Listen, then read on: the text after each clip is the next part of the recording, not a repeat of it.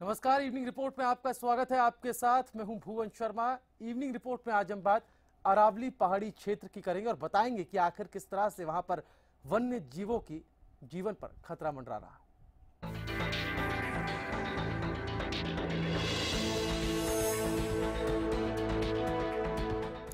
तो अरावली पहाड़ी क्षेत्र, एक तरफ अवैध माइनिंग वहां जोरों से हो रही है, दूसरी तरफ एक पहलू उस क्षेत्र का यह भी है कि वन्य जीवों पर वहां लगातार खतरा मंडरा रहा है। ऐसा हम क्यों कह रहे हैं वो हम आपको दिखाते हैं इस रिपोर्ट के जरिए।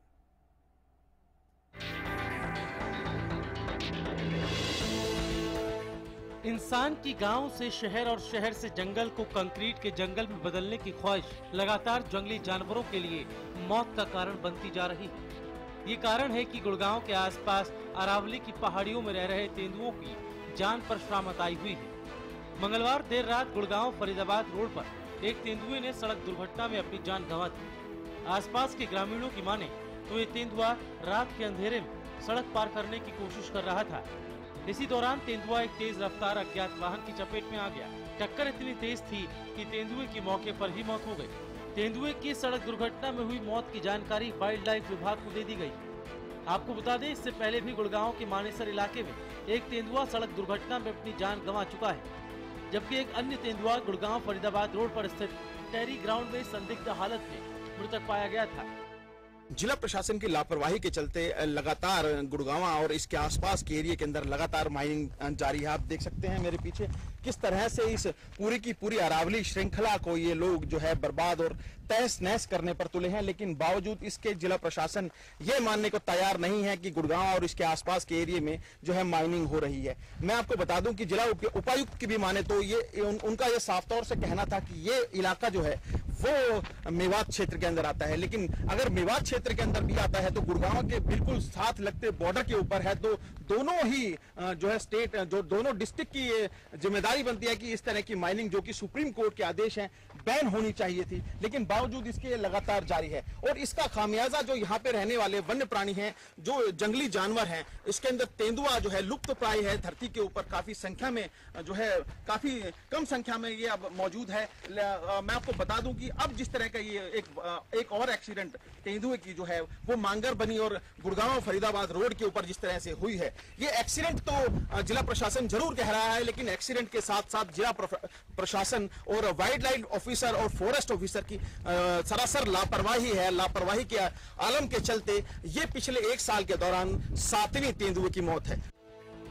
दरअसल अरावली क्षेत्र में कई बार तेंदुए ने अपनी उपस्थिति दर्ज करवाई। यहाँ रहने वाले लोगों की माने तो अरावली क्षेत्र में कई तेंदुए मौजूद हैं और विभागीय सूत्रों की माने तो पिछले तकरीबन 8 महीनों में 7वें तेंदुए की मौत हादसे के चलते या फिर अन्य कारण से हो चुकी, लेकिन बावजूद इसके वाइल्ड लाइफ डिपार्टमेंट के लोग हाथ पर हाथ धरे बैठे और इस तरह के हादसों को रोकने के लिए अधिकारियों ने कोई ठोस योजना वन्य प्राणियों की सुरक्षा के लिए तैयार नहीं की, जिसका नतीजा और प्रशासनिक लापरवाही की बानगी आप साफ तौर से देख सकते हैं। इस पूरे मामले में अगर पर्यावरणविद चेतन अग्रवाल की माने तो हरियाणा सरकार को दिल्ली और राजस्थान की तरह पूरे अरावली क्षेत्र को रिजर्व क्षेत्र घोषित कर देना चाहिए। सरकार को इसमें प्रोएक्टिव स्टेप लेना चाहिए। जो उनके फॉरेस्ट कवर के इलाके हैं, खासकर जो अरावली में आते हैं, जो नॉन एग्रीकल्चर है, जिससे किसान को कोई बाधा नहीं पड़ती, नॉन एग्रीकल्चरल एरियाज को उन्हें तुरंत अरावली के जहां फॉरेस्ट कवर है वहां पे उन्हें जंगल मान लेना चाहिए।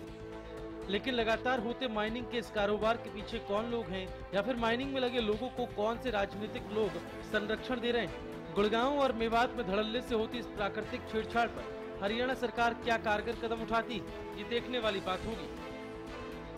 गुड़गांव से नीरज वशिष्ठ, हरियाणा न्यूज। तो पिछले एक साल में 7 तेंदुए की मौत यहां पर हो चुकी है। अलग अलग वजह इसके पीछे बताया जा रहा है। जो ताजा मामला है वो सड़क दुर्घटना से हुआ है। नीरज वशिष्ठ, जिनकी आपने रिपोर्ट देखी, हमारे संवाददाता हमारे साथ फोन लाइन पे। नीरज, बताएं, आप उस जगह पर मौजूद थे, क्या सूरत हाल उस जगह का है और प्रशासनिक उदासीनता क्या एक बड़ी वजह है इस तरह के मामले जब सामने आते हैं तो? जी देखिए, मैं बताना चाहूंगा कि जब मैं वहां पे अरावली और जो है मेवात और गुड़गांव का जो बॉर्डर है, तकरीबन ताउड़ू एरिया भी वो पड़ता है, तकरीबन 50 से ज्यादा ऐसी जगह पे अरावली में मौजूद हैं, अरावली रिट्रीट के आसपास मौजूद हैं, जहां पे धड़ल्ले से जो है ये माइनिंग लगातार की जा रही है। मैं आपको बता दूं, इस ग्राउंड जीरो के ऊपर शायद आज तक कोई पहुंचा हो, एक प्रशासनिक अधिकारी की मैं बात करना चाहूंगा, वो तो काफी दूर की बात है। गुड़गांव पुलिस या फिर मेवात पुलिस, जिनकी ये जिम्मेदारी बनती है और जिनका ये दायित्व बनता है कि इस तरह की सुप्रीम कोर्ट के आदेशों की जो अवहेलना वहां पे हो रही है उसको रोका जा सके, लेकिन बावजूद इसके आप तस्वीरों में साफ तौर से देख सकते हैं कि धड़ल्ले से जो है ये माइनिंग जारी है और अलग अलग स्पोर्ट के ऊपर जो है ये इस तरह का काला कारोबार जो है जारी है, जिससे जो है हरियाणा सरकार को राजस्व का करोड़ों रुपए का नुकसान है। और सबसे बड़ी बात यह है कि 2.5 अरब वर्ष पुरानी जो है दुनिया की सबसे पुरानी सभ्यता कही जाने वाली अरावली श्रृंखला को जो है वो लगातार खतरा बना हुआ है, उसके अस्तित्व पर जो है लगातार खतरा मंडरा रहा है। पिछले दिनों जो है उत्तराखंड के अंदर भी हमने इस ऐसे ही छेड़छाड़, जो इंसानी दस्तक थी, प्रकृति के साथ छेड़छाड़ जो थी, उसका जो हमने नमूना उत्तराखंड के अंदर भी देखा। और अब जिस तरह से नेपाल में भूकंप आया है जो है इंसानी दस्तक की वजह से, आप अगर जो है इंसानी दस्तक और जो है माइनिंग लगातार हो रही है जो अरावली क्षेत्र के अंदर, अगर ये नहीं रुकी तो गुड़गांव साइबर सिटी के आसपास का जो इलाका है वो आने वाले जो है कुछ वक्त के अंदर इस तरह के हालात देख सकता है। जी नीरज जी, कह सकते हैं जैसा कि मैंने शुरुआत में ही पूछा था कि प्रशासनिक उदासीनता कहीं ना कहीं एक बड़ी वजह रही है। एक तरफ भारी संख्या में, भारी मात्रा में यहाँ पर अवैध माइनिंग और अतिक्रमण का सिलसिला लगातार जारी है, दूसरी तरफ जो बुनियादी जो ज़रूरतें हैं, जिसमें जानवरों के लिए भोजन पानी की व्यवस्था है, चूंकि एक सुरक्षित जोन इसको हम कह सकते हैं अरावली का, जो धीरे धीरे कम होता चला जा रहा है, सरकार और प्रशासन इस तरफ ध्यान नहीं दे रही है। बजाय भोजन पानी वहां पर मुहैया कराने के, अतिक्रमण धड़ल्ले से हो रहा है, मिली भगत भी इसको हम कह सकते हैं, बड़ी मात्रा में रैकेट कोई चल रहा है जो कि इस तरह के काम को अंजाम दे रहा है। जी बिल्कुल, देखिए श्रृंखला को हम शुरू से ही कवर करता रहे हैं और हरियाणा न्यूज ने इस खबर को जो है प्रमुखता के साथ दिखाया है। चाहे हम माइनिंग की बात करें, चाहे लेपर्ड की जिंदगी के साथ जो इन फार्म हाउसेज के अंदर जिस तरह से खिलवाड़ हो रहा था, मैं आपको बताना चाहूंगा कि उस ग्राउंड जीरो के ऊपर जाने के बाद ये भी पता लगता है कि एकमात्र जल स्रोत जो है वो प्राकृतिक जल स्रोत यहाँ पे मौजूद था, जिसका कि पानी कम से कम 100 से 150 फीट के करीब इस माइन के अंदर था। आप तस्वीरों में साफ तौर से देख सकते हैं। लेकिन कहीं ना कहीं जिस तरह से ये काले कारोबारी जो है, इन्होंने इस पानी को जो है पूरी तरह से खत्म करने का जो निर्णय ले रखा है, वो प्रशासन को ठेंगा दिखा रहे हैं, पुलिस को ठेंगा दिखा रहे हैं, हरियाणा सरकार के जो है वो ठेंगा दिखा रहे हैं। कहीं ना कहीं इस वन्य जो लुप्त प्राय प्राणी है, जो कि अब यहाँ से पलायन करता हुआ दिख रहा है, वो गुड़गांव फरीदाबाद के आसपास के जो एरिया है, जो श्रृंखलाएं हैं, चाहे हम मांगर बनी गए, चाहे गुड़गांव फरीदाबाद जो हाईवे है उसके आसपास जो है दाएं और बाएं दोनों तरफ अरावली की श्रृंखला है, वहां पे जाने को मजबूर है और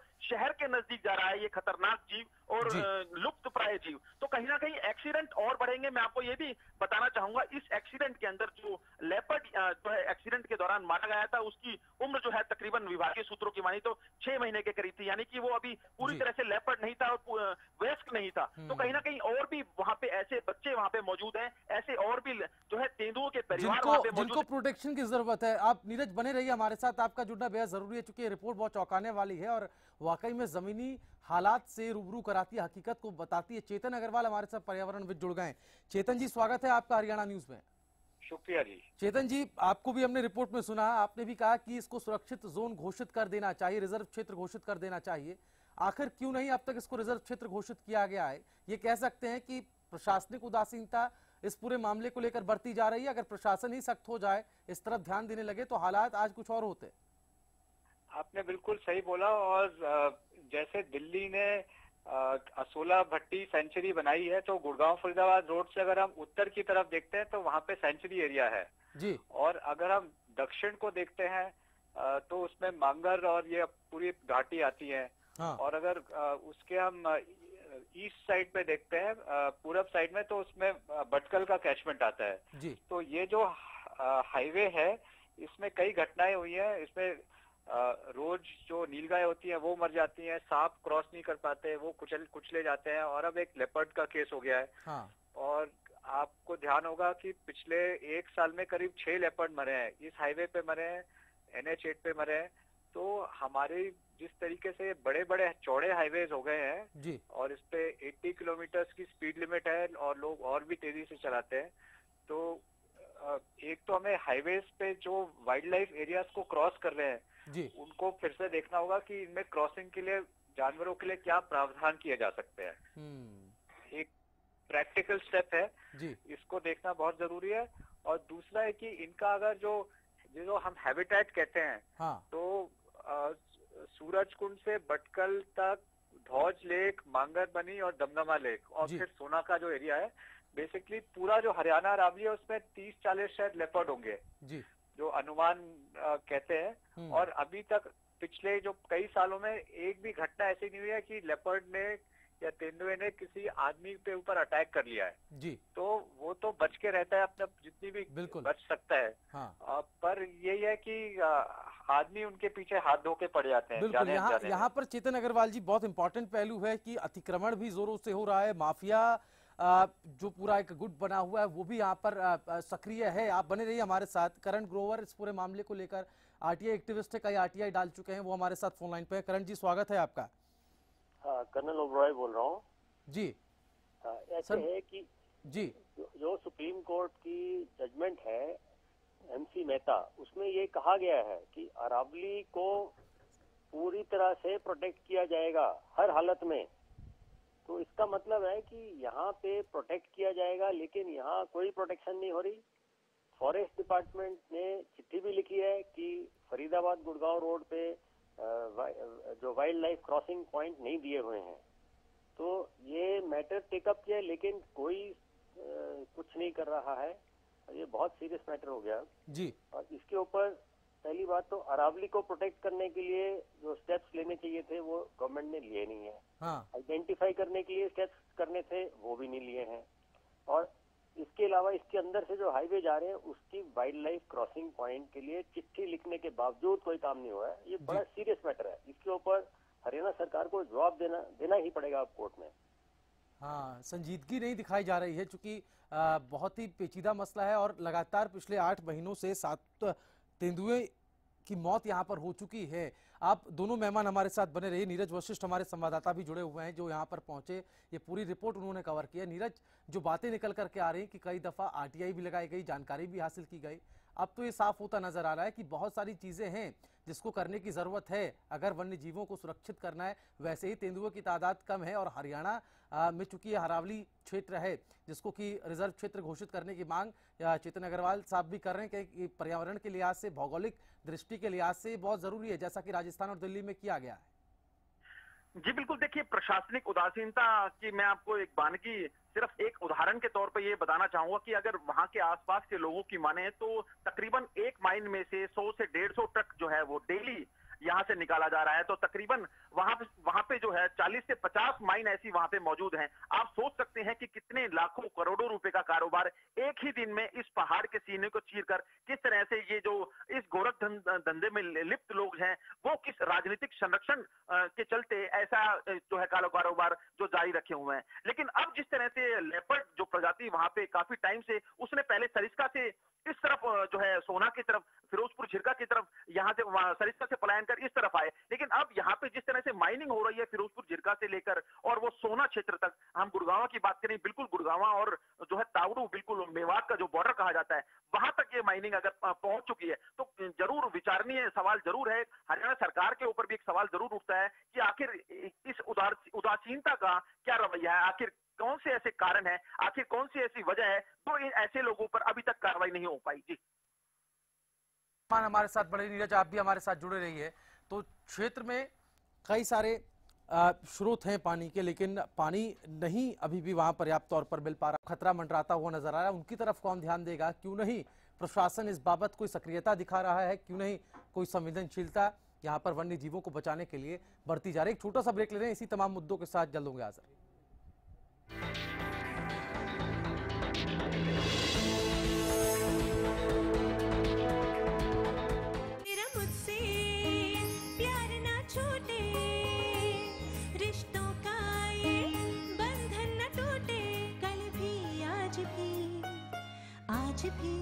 देश की सेवा करता हूँ, इसीलिए मुझे जरूरत है माँ के आशीर्वाद की और श्री गोविंद घी की, जो तुम्हें स्ट्रॉन्ग रखता है।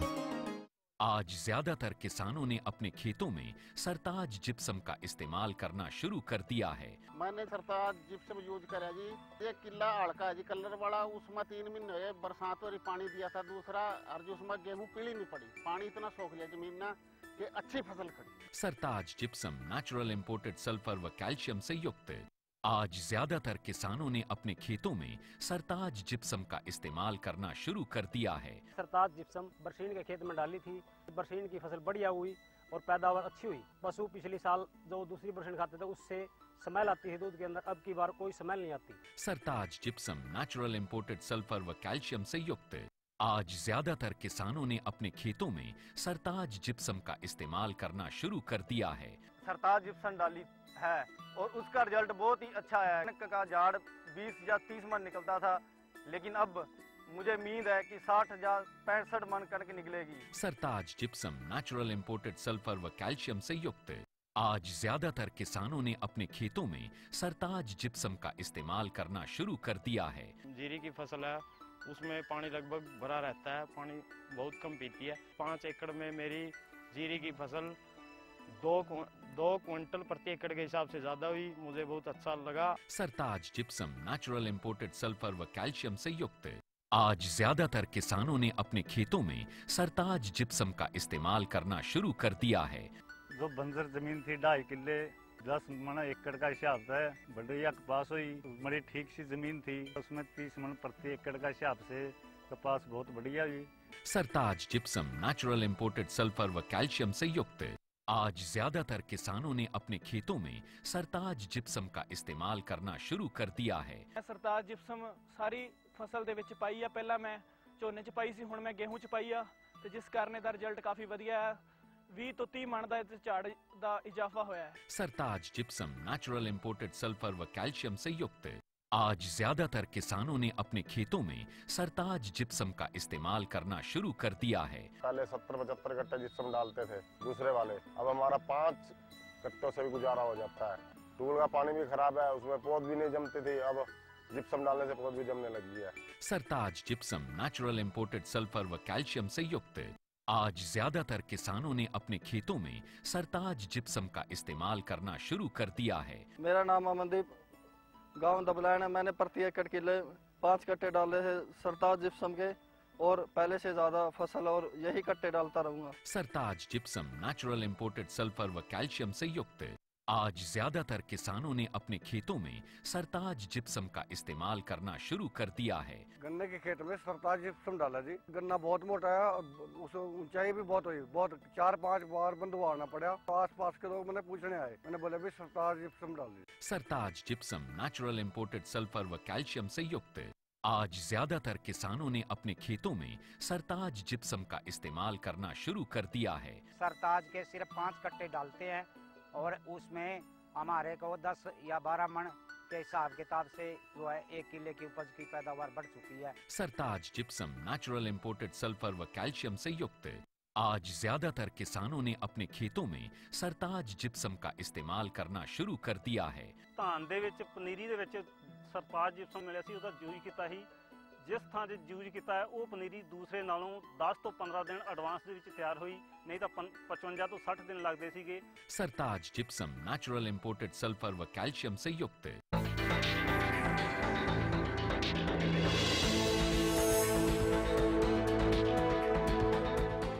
और ब्रेक के बाद इवनिंग रिपोर्ट में आपका एक बार फिर से स्वागत है। इवनिंग रिपोर्ट में बात अरावली पहाड़ी क्षेत्र की हो रही है, जहां वन्य जीवों की पर खतरा मंडरा रहा है। 8 महीने में 7 तेंदुए की मौत यहां पर हो गई है। लिहाजा बहुत सवाल अब उठने शुरू हो गए कि आखिर क्यों नहीं वन्य जीवों को संरक्षण दे पाने में स्थानीय प्रशासन सरकार कामयाब हो पा रही है।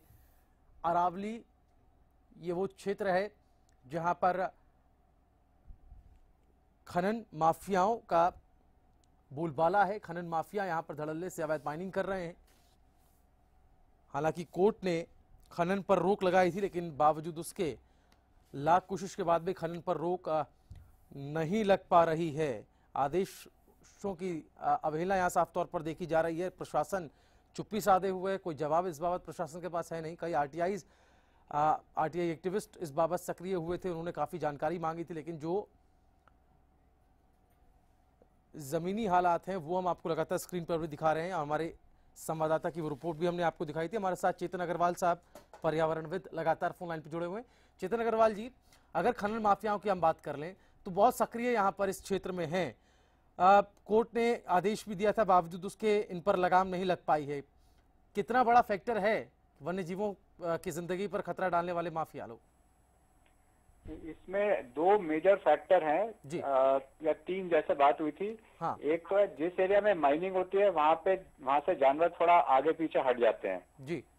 तो डेफिनेटली जहाँ है वहाँ पे वाइल्ड लाइफ पे वन जीवों पे प्रभाव पड़ता है। दूसरा है कि जो मांगर वाला इलाका है, मांगर हिल्स है, मांगर, धौज लेक, दमनावला लेक, ये जो बेल्ट है जी। सोना से ऊपर का जो इलाका है इसमें कोई खास माइनिंग नहीं होती है जहां तक हमें पता है।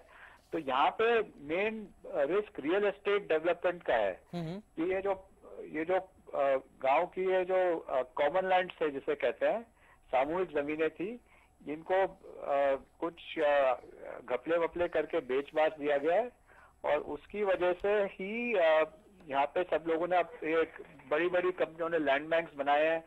बहुत लोगों ने मतलब 100, 200, 400 एकड़ इतनी जमीनें भी खरीद के रखी हुई हैं।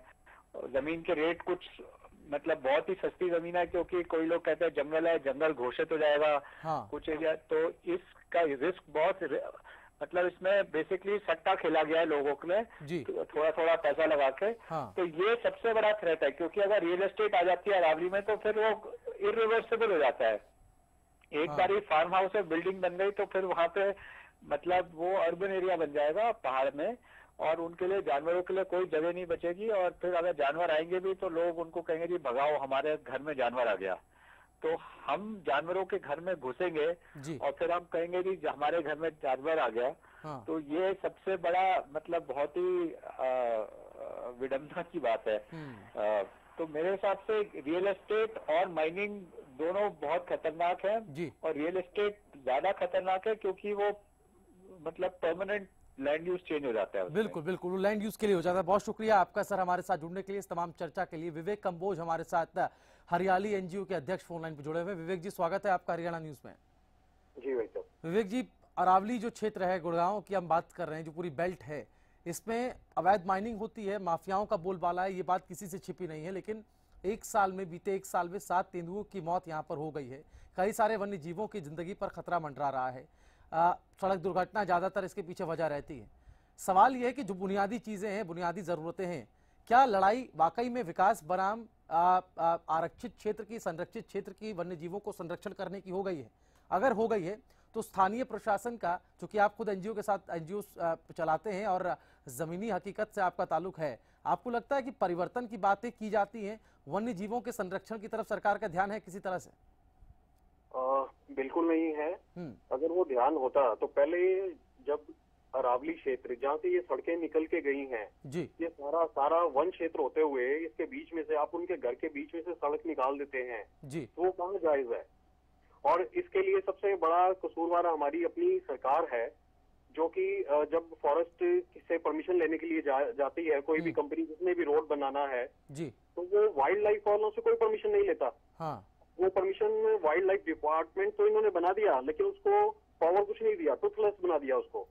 तो जब तक वो ऑब्जेक्शन नहीं लगाएंगे, उसमें सेफ पैसेजेस की बात नहीं होगी, तो वन्य जीवन को बचाने के लिए वो कोई कंसिडरेशन ही नहीं है। वो किसी की सोच में भी नहीं है, सिर्फ बातें हैं सस्टेनेबिलिटी की, सिर्फ बातें ही कर रही है सरकार भी आज। विवेक जी, आप ये कह रहे हैं कि वाइल्ड लाइफ को कोई पावर नहीं दी गई है किसी तरह की वाइल्ड लाइफ डिपार्टमेंट को?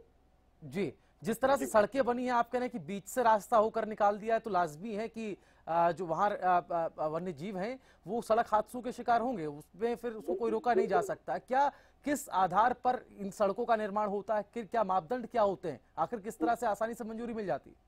इसको सिर्फ फॉरेस्ट के दो विंग हैं, एक तो है जो कि सिर्फ पेड़ पौधों से रिलेटेड है, दूसरा है वाइल्ड लाइफ जो कि जीवों से रिलेटेड है। हाँ।